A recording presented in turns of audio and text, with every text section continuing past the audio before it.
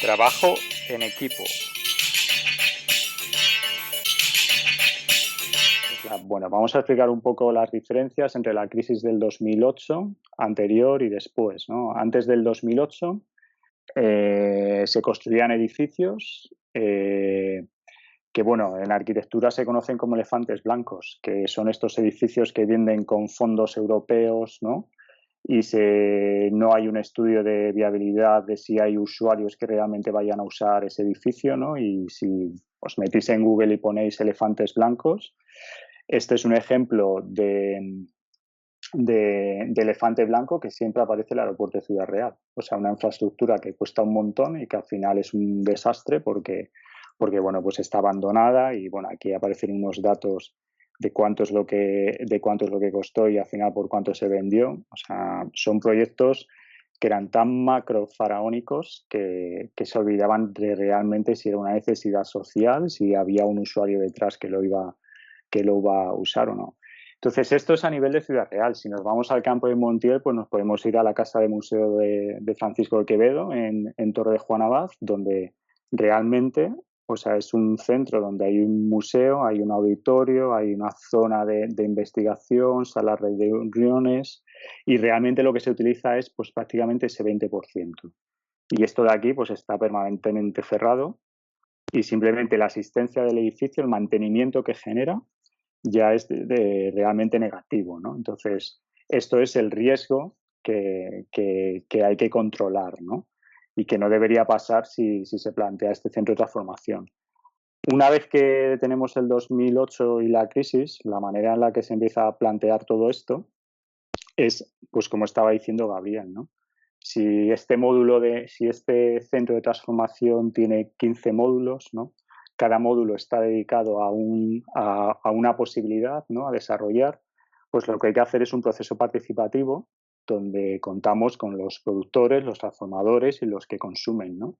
Entonces hay que medir, hay que evaluar, hay que pedir un proceso de participación, de diagnosis y luego, en base a toda la información que se recoge aquí, se empezaría a planificar y a diseñar ese centro de transformación. Es decir, por ejemplo, aquí el ejemplo que hemos tomado es el del matadero, ¿no? Ese módulo pequeñito, ¿no?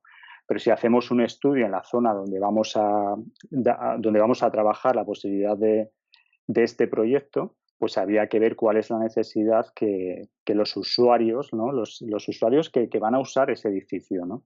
Es lo que están pidiendo, ¿no? Si se dedican más a la miel o a productos lácteos, pues habrá que diseñarlo en base a eso, ¿no? Pero no a algo que realmente hay deficiencias, ¿no? Para evitar tener ese tipo de elefante blanco, ¿no? Que genera muchísimos costes, ¿no? Entonces, esta es una manera. Antes de hacer todo esto, pues había que hacer un proceso participativo, había que consultar con los comercios locales, reunirse, colaborar con centros educativos, como contaba Gabriel, ¿no? Con la formación profesional, crear mercados exclusivos de productores comarcales para ir empezando a crear esta dinámica, ¿no? Para ir educando al consumidor, ¿no? Y diferentes actividades, ¿no? Cuanto a la financiación la tenemos que estudiar por la vía, si lo hacemos por la vía local, es decir, obrador local, pequeños obradores, adaptados a las necesidades, podríamos, podríamos saber lo que va a costar, ¿entiendes? Eh, la Tierras de Libertad en el programa Líder está preparando una partida importante. No sabemos si será lo suficiente o no será lo suficiente, pero es una partida importante lo que se está preparando. Evidentemente, la Diputación, si Gabriela, pues no se iba a negar. Vamos, estoy convencido de que no se iba a negar a aportar el dinero que fuera necesario en este tipo de proyectos. ¿Eh? Pero claro, lo más importante es conocer qué cantidad de dinero vamos a barajar en el estudio presupuestario. Eso es lo fundamental. Y claro, eso pues ya vosotros pues eso, o sea que hay que analizar pueblo por pueblo las necesidades que hay y qué instalaciones se van a manejar, ¿no? pero bueno, soy topógrafo y urbanista de formación, entonces me interesa el asunto desde esa vertiente más del urbanismo, sobre todo de la participación urbana. Es decir, habría que identificar muy claramente que tenemos 3 niveles que están completamente disociados y que no comunican, no dialogan entre ellos. Uno es la administración, otro es el sector privado, del cual se está hablando continuamente, y otro es la ciudadanía. Es decir, lo que interesa, sobre todo en la comarca, es saber qué potencial tiene todo esto en la transformación ciudadana, en la apuesta por la ciudadanía. Es decir, de qué manera todo esto que se está discutiendo va a acabar repercutiendo en el ciudadano y en qué nivel y a qué niveles, ¿no? Entonces hay que tener mucho cuidado con eso, hay que aterrizar mucho las ideas, hay que abrir procesos participativos rotundos, donde todo el mundo tenga la suficiente capacidad de poder participar en el proceso y que su idea sea escuchada y tenida en cuenta.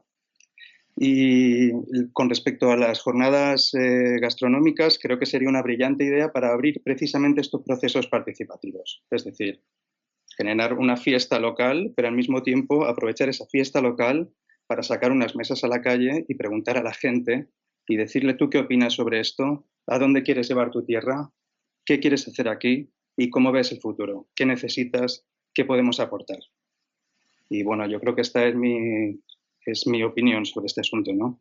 Es decir, se habla desde un punto de vista teórico y ciertamente elitista, podríamos decir.